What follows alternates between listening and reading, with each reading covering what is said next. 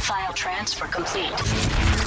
This is the Arizona Podcast. Stories about the people, places, and events found along the highways and back roads of the Grand Canyon State. For more information on our podcast, visit ArizonaPodcast.com. And welcome to another edition of Arizona Route 66, the podcast. I'm Chris, and I've got a story that runs along Route 66 and the Railway of Arizona that, well, most people have never heard. Believe it or not, it didn't start with a highway. It started with a man who was disgusted by bad food on a train and decided to do something about it. And what he built changed the American West in ways that are still visible today if you know where to look. This episode is the crown jewel of the Mother Road, Fred Harvey, and the women who built the West. Now, Fred Harvey never drove Route 66. He died in 1901, some 25 years before the road existed. But the chain of hotels and restaurants he built along the Santa Fe Railroad corridor through Arizona became the backbone of the hospitality of the Mother Road for decades. The buildings he commissioned, the standards he set, and the young women he hired to run his dining room shaped what it meant to travel through the American Southwest in ways that, well, no highway commission ever could. This is the story of the Harvey Houses, the ones that survived and the ones that didn't, the women who worked in them, the architect who designed them, and what's left of them today on the Arizona stretch of Route 66 as the road turns 100 years old. It's a bigger story than most people realize, and it starts, like most good stories do, with someone who simply refused to accept that things couldn't be better. Let's talk about the man who civilized the West. Fred Harvey was born in Liverpool, England in 1835. He came to America at 15 years of age and went to work as a dishwasher in a New York restaurant for $2 a day. He learned the business from the ground up. The food, the service, the difference between a meal that made a traveler feel like a human being and a meal that made them feel, well, like an inconvenience. That distinction mattered to him. And when he started traveling by train across the America West in the years after the Civil War, what he found at the depot restaurants along the route offended everything he believed in and how people deserved to be treated. The food was bad, deliberately bad in some cases. Depot restaurants along the railroad routes had figured out if they served the food slowly enough, passengers would have to leave before they finished eating in order to catch their train. The restaurant would then, well, scrape the plates and serve the same food to the next group of passengers. People actually joked that when a train pulled out of a station, the flies would wire ahead to warn their cousins at the next stop. Fred Harvey decided he could do better, and in 1876, he made a handshake deal with the Atchison, Topeka, and Santa Fe Railroad to open a restaurant in Topeka, Kansas.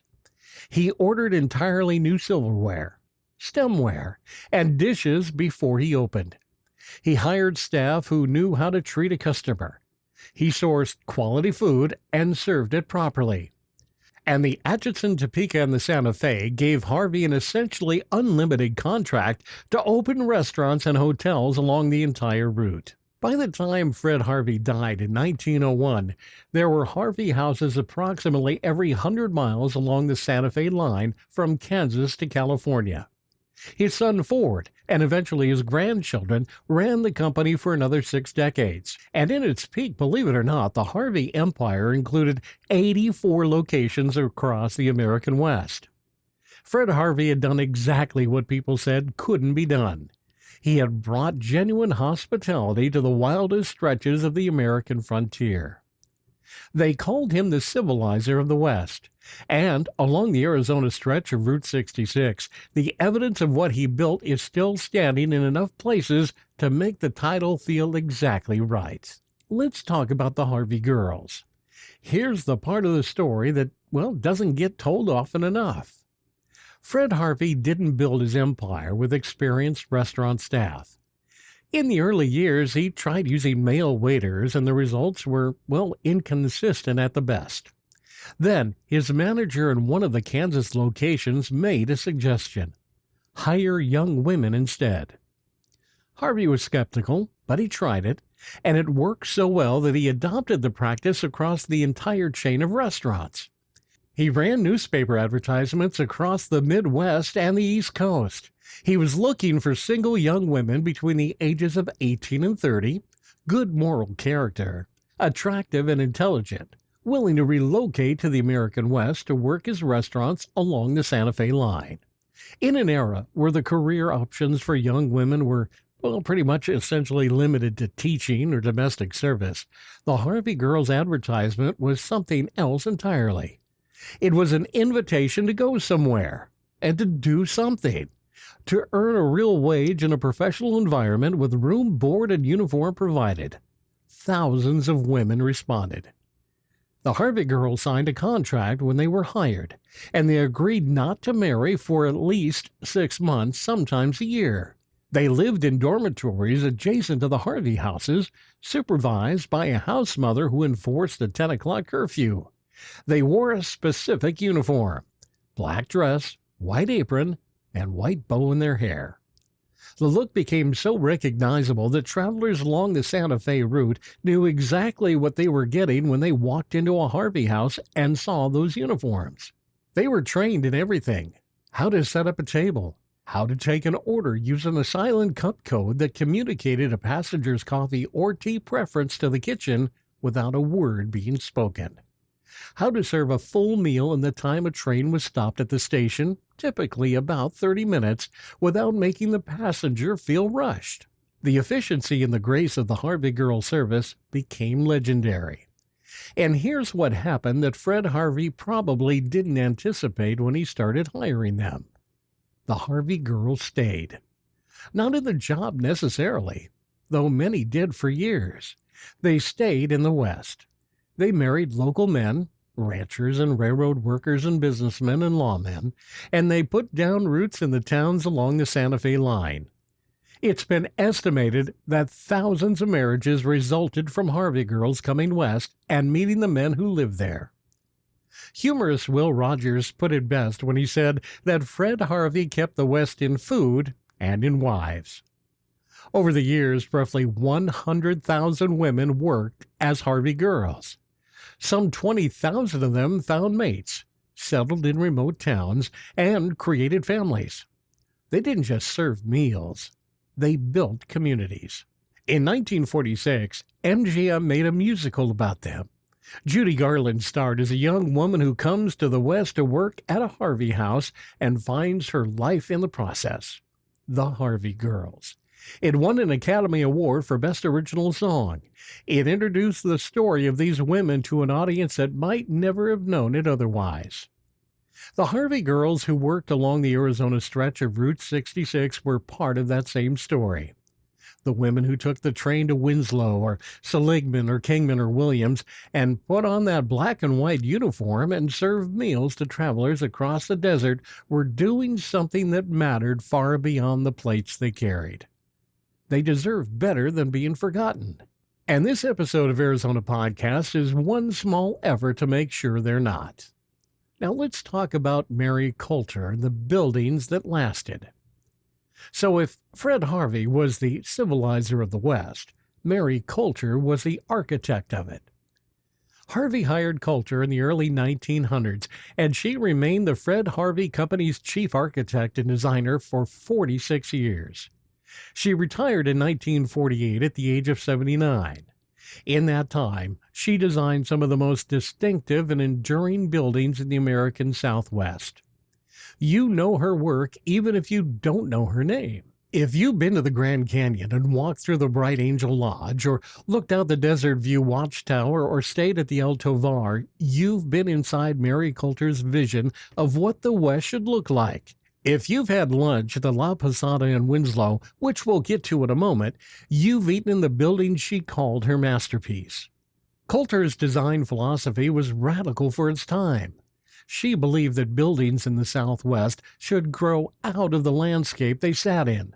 They should reference Native American and Spanish colonial architecture because those traditions were honest expressions of the land and the culture. She studied Hopi and Navajo design extensively. She sourced materials locally whenever possible. She wanted her buildings to look like they had been there, like they had grown up from the desert floor rather than been imposed on it from somewhere else. In an era when most architects were men and, well, most women in professional life were invisible, Mary Colter designed landmark buildings for one of the most prominent hospitality companies in the American West and left a body of work that is still standing today, still in use, and still stunning more than a century later. She never got the credit she deserved while she was alive. The architecture world of her era didn't spend a lot of time celebrating women, but the buildings are there, and they're not going anywhere. Now let's walk the Arizona stretch and look what Fred Harvey built here, what happened to it and what's left. Now it's not in any particular order, west to east or east to west. Believe it or not, we don't even start in Arizona. We start in Needles, California. I know Needles is just across the California border, but it belongs in this conversation because it's the western gateway to the Arizona Route 66 corridor and because what was built there is extraordinary. It's the El Garces, and it opened in 1908. After the original wooden depot burned down in 1906, the Santa Fe Railroad decided to spare no expense on its replacement. They commissioned a building in the classical revival style that looked more like a Greek temple than a desert train stop. Symmetrical facade, paired Tuscan columns, wide verandas, concrete construction that would last. The Harvey Girls who worked at the El Garces called it the crown jewel assignment. Working there was, well, they said it, like going to Europe. The lunchroom had 2 horseshoe-shaped counters that could seat 140 people. Real linen, real silver, distinctive china, and fresh flowers every single day. El Garces closed as a Harvey House in 1949 as passenger rail service declined.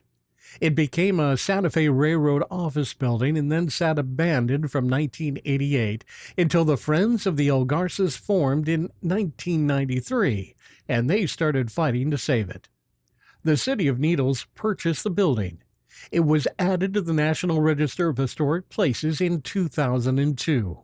After a $10 million restoration, it reopened in 2014 as the El Garces Intermodal Transportation Facility. It serves Amtrak passengers and local transit today. It's not a hotel anymore, but the crown jewel is still standing, and that's more than most of them can say. In 1901, a Harvey House opened in Kingman, directly across from the Santa Fe Depot. For 50 years, it served travelers on the railroad and then on Route 66. In 1952, it was destroyed by fire, and nothing replaced it. A one-story stucco depot still stands across from the Harvey House and where it used to be. The building is there. The hospitality that filled it is just a memory. We go to Peach Springs, where we find the Harvey House is still standing. That's the good news. The less good news, well, it's currently being used as a water treatment plant. The building survived. Its dignity did not entirely. But it's there, and it's a reminder that not every loss is total. The Harvey House in Seligman was one of the largest Harvey houses ever built, 60,000 square feet.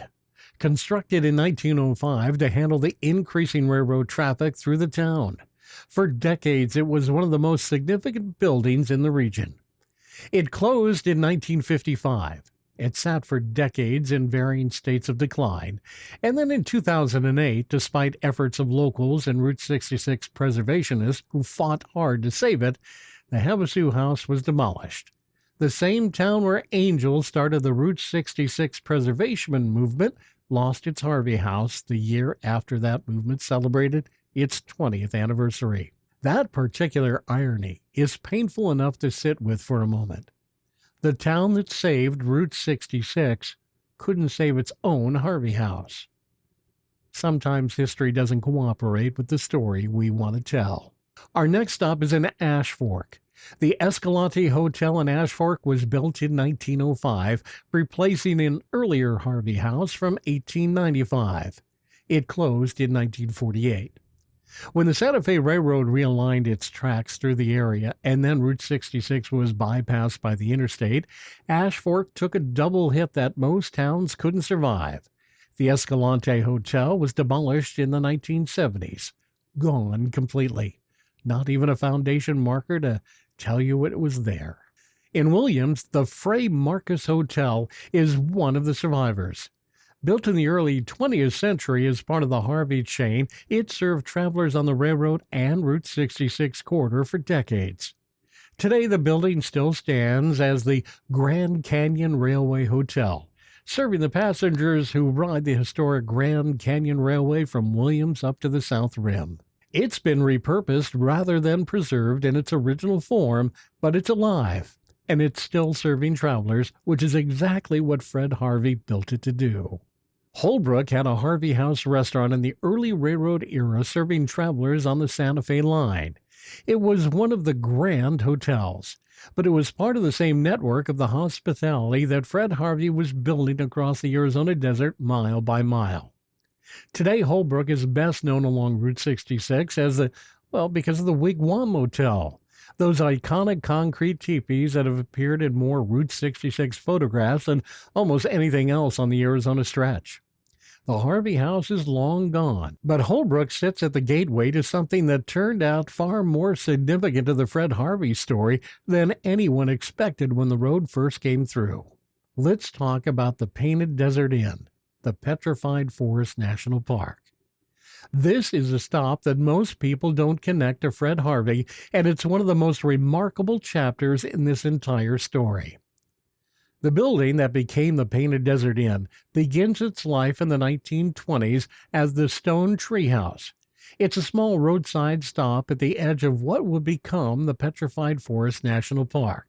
The National Park Service took it over and rebuilt and expanded it in the late 1930s using Civilian Conservation Corps labor. They used petrified wood in the construction. They oriented the building towards the spectacular painted desert views that made the location breathtaking at any hour of the day.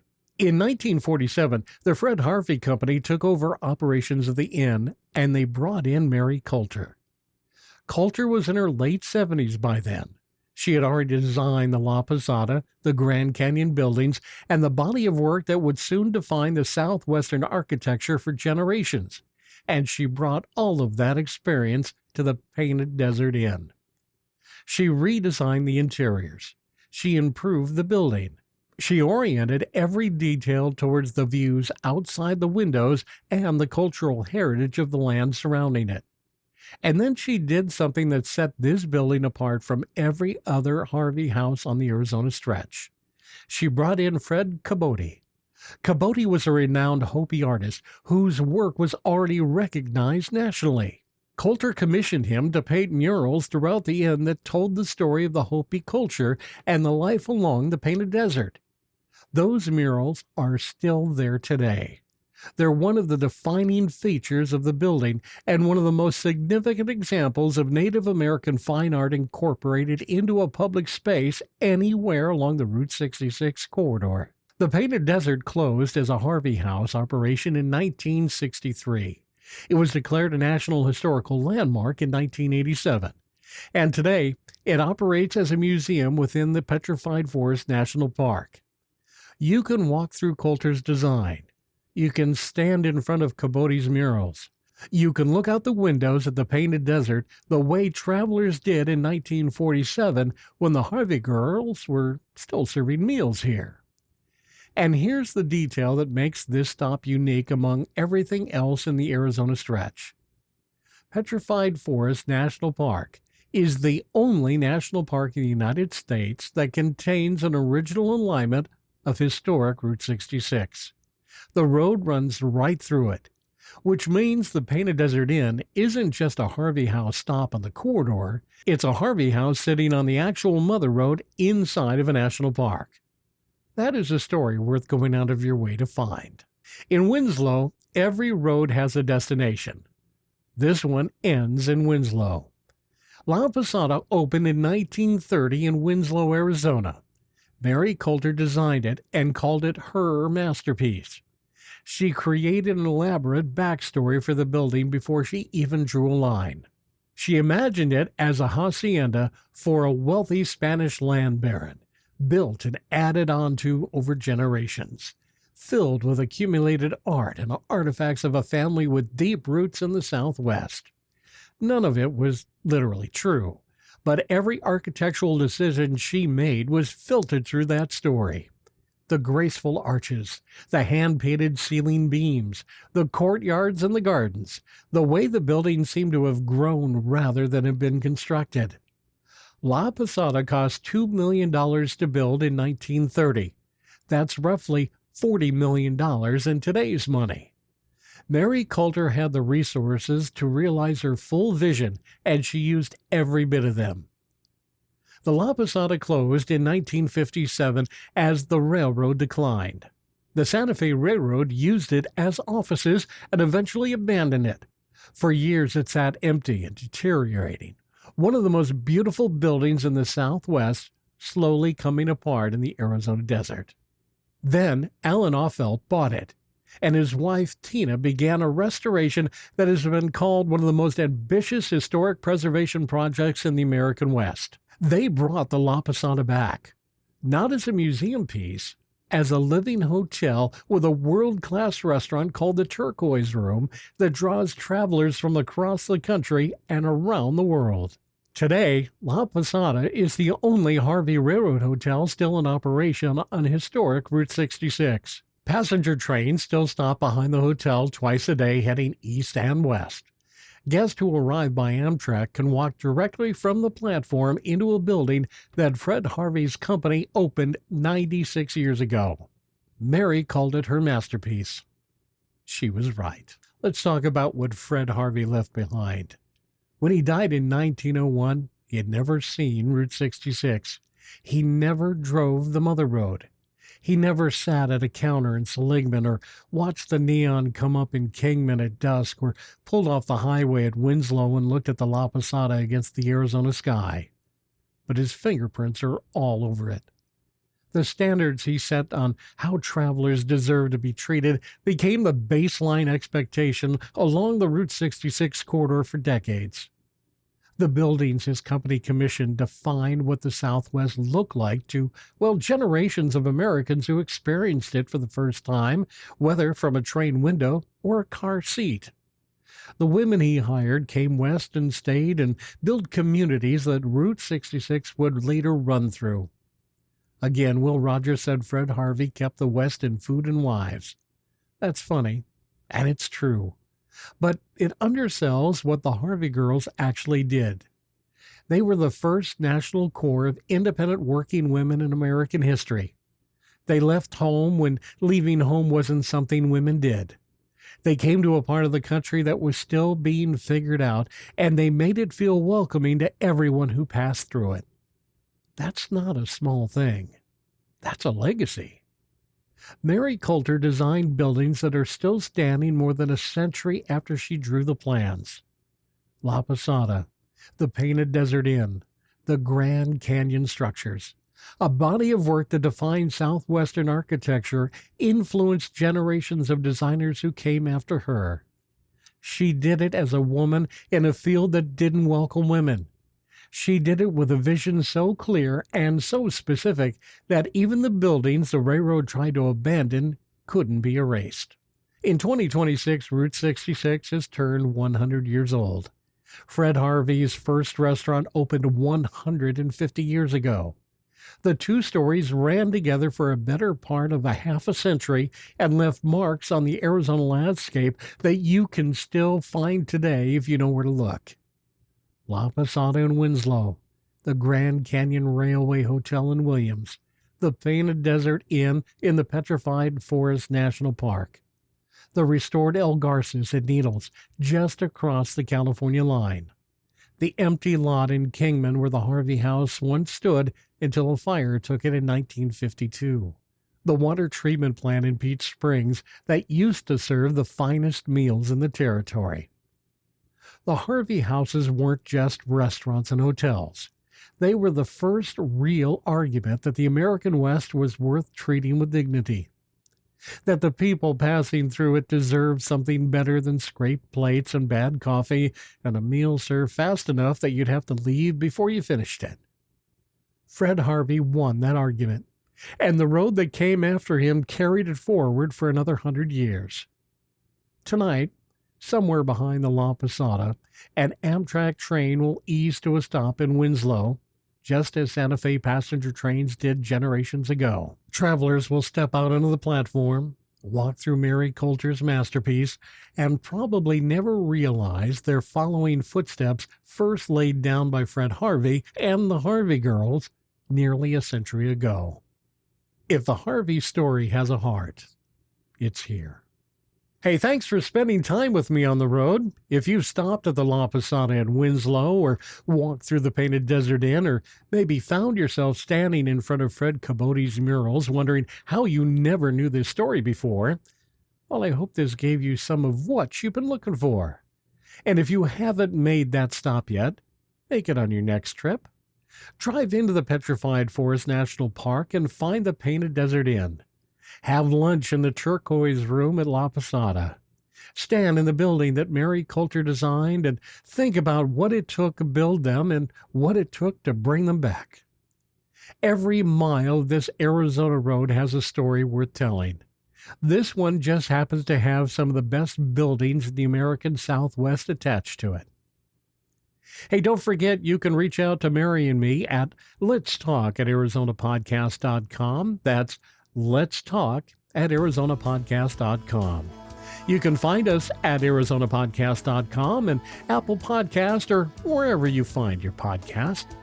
And if you haven't listened to my other Route 66 podcast called Roadside Notes, look for Roadside Notes podcast, available again on Apple Podcast or wherever you get your favorites.